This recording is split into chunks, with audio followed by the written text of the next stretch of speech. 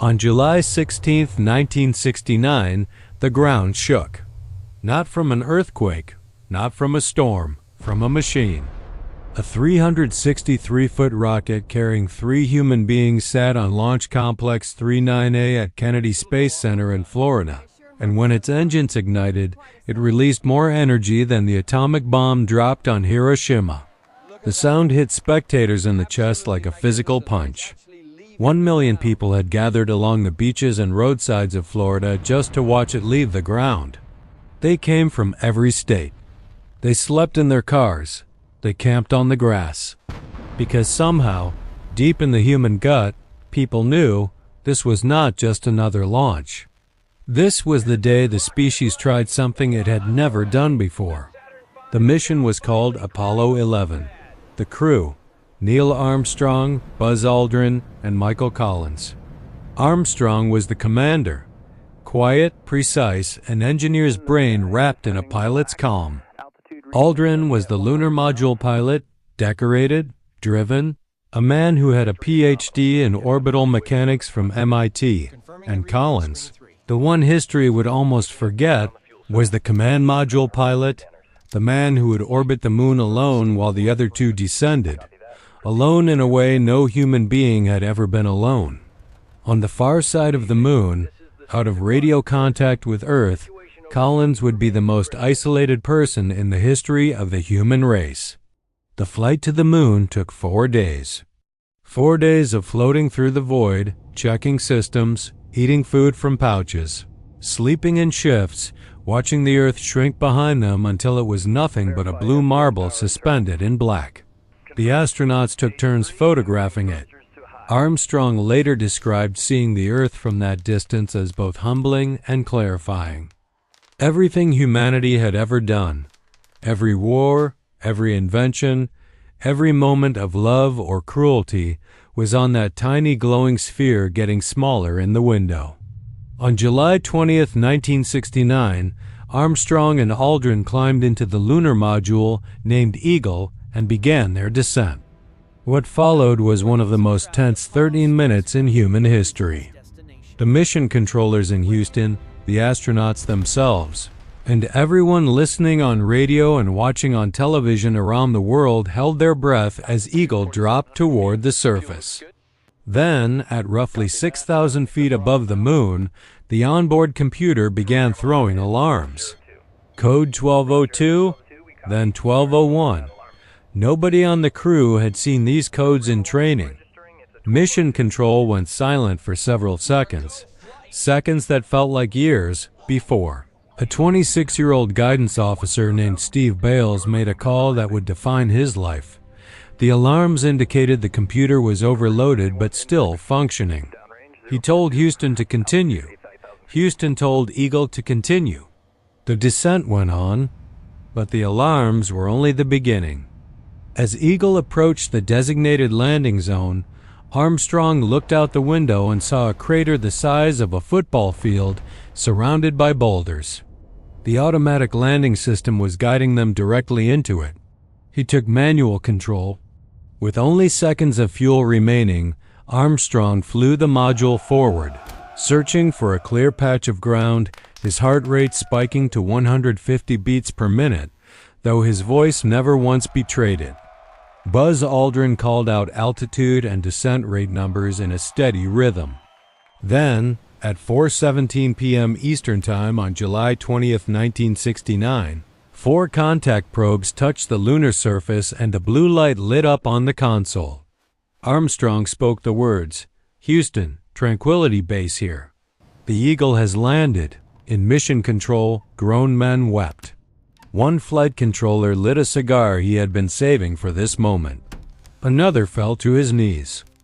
A cheer erupted across the building that was heard in the hallway outside. And while all of that was happening, while America celebrated, while the Soviet Union monitored in silence, while world leaders sent congratulations, Armstrong and Aldrin did something almost nobody thinks about. They stayed inside. For 6.5 hours after landing, they remained in the lunar module, running checklists, checking equipment, eating a meal, preparing for the moonwalk. There was even a moment rarely discussed where Buzz Aldrin, a practicing Presbyterian elder, pulled out a small communion kit he had secretly brought on board, poured wine into a chalice designed to work in low gravity, and quietly took communion on the surface of the moon. He read a verse from the Gospel of John to himself. NASA asked him not to broadcast it, following a lawsuit filed after Apollo 8 astronauts had read from Genesis on Christmas Eve. So Aldrin experienced one of the most private and profound moments in religious history, alone with his faith on another world. At 10:56 p.m. Eastern Time, Armstrong descended the ladder of the lunar module. He activated a camera mounted on the outside of Eagle that broadcast the image to Earth. 600 million people, roughly 1 in 5 humans alive at that moment, watched on television as a boot appeared on the bottom rung of the ladder, then a leg, then a white-suited figure lowering itself toward the surface. Armstrong tested his weight on the landing pad, then stepped off. That's one small step for man, one giant leap for mankind. He had intended to say, one small step for a man. The missing article was either lost in transmission or swallowed in the moment. It didn't matter. The world heard it and understood. The surface felt firm underfoot, he reported, fine-grained like wet sand. His boots left crisp impressions that would remain perfectly preserved for millions of years, because the moon has no wind, no rain, no erosion. Every footprint from Apollo 11 is still there today, exactly as they left them. Armstrong described the landscape as beautiful in a stark and lonely way. The sky was completely black even with the sun blazing above them because the moon has no atmosphere to scatter light. Stars were invisible in the glare. The horizon curved visibly. Everything was sharp, silent, and still in a way that has no equivalent on Earth. Aldrin joined him 20 minutes later and described the scene with 2 words that have stayed with history: magnificent desolation. They had 2 hours and 31 minutes outside. In that time, they planted the American flag, a flag with a wire sewn into the horizontal edge so it would appear to wave in photographs. Because there is no wind on the moon, they received a phone call from President Richard Nixon, who called it the most historic phone call ever made from the White House. They collected 47.5 pounds of lunar rock and soil samples. They deployed scientific instruments, and they took photographs, including one of the most reproduced images in history, the photograph of Buzz Aldrin standing on the lunar surface with Armstrong reflected in his visor. If you are enjoying this video and want to know more stories like this one, moments that changed the world, told the way they actually happened, subscribe to the channel and hit the notification bell. And leave a comment below telling us, where were you when you first heard about the moon landing? Or where were you the first time you truly understood what it meant? We want to read your stories. When Armstrong and Aldrin returned to the lunar module and sealed the hatch, they noticed something alarming. A circuit breaker switch, essential for activating the ascent engine, the single engine that would lift them off the moon and send them back toward Collins and the command module, had broken off. It had been snapped by Aldrin's bulky spacesuit backpack when he moved through the cabin. Without that switch, the engine might not fire. They were 238,855 miles from Earth with a broken switch and no hardware store. Aldrin solved it by inserting the tip of a felt-tipped pen into the circuit breaker socket and pushing. The circuit engaged, the engine fired. Eagle rose from the moon. After rendezvousing with Collins in lunar orbit, the crew began the long journey home. Splashdown occurred on July 24, 1969, in the Pacific Ocean. Navy divers approached the capsule, but before opening the hatch, they handed the astronauts biological isolation garments, full-body suits including gloves and masks, because nobody knew with absolute certainty whether moon rocks or lunar dust might carry pathogens dangerous to life on Earth. The astronauts wore these suits in the raft and the helicopter and aboard the USS Hornet, where President Nixon waited to greet them. He stood at the window of the mobile quarantine facility, speaking to them through glass. They would spend 21 days in quarantine. No lunar contamination was ever found. The moon was sterile. But science required the caution, and the caution was honored. The rocks they brought back changed geology permanently. Scientists have studied them for more than 50 years.